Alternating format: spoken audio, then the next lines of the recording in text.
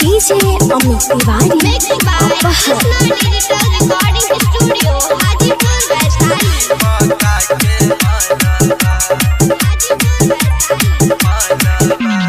नया साल में भइल सुना हलवा भाग गइल दीपका के मलबा।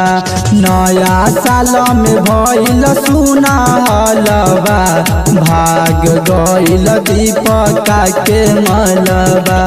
ए भाई दीपका के मलबा न मानल ह कहनमा।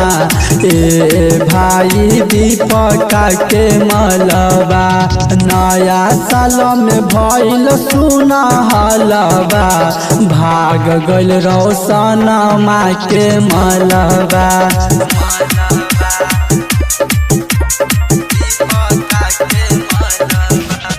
डीजे अमित तिवारी अपहर चुमा के बदले मांगत रहे कौन बलिया रे। यही से चाट गइल ओकर ओठा ललिया रे। चुमा के बदले मांगत रहे कौन बलिया रे। यही से चाट गइल ओकर ओठा ललिया रे।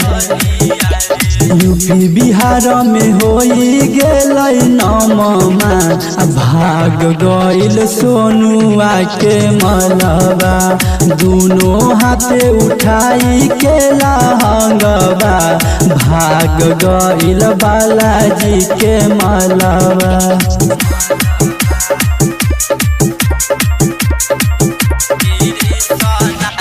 डीजे अमित तिवारी अपहर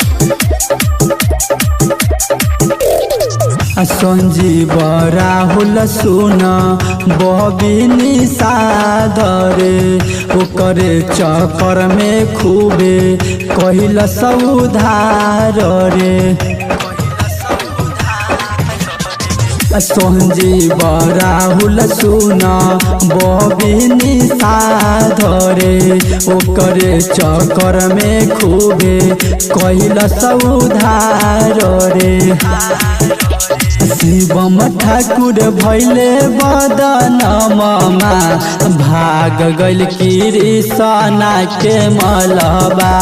दुनो हाथे उठाई के लहंगवा भाग गइल लाल बाबू के मलबा।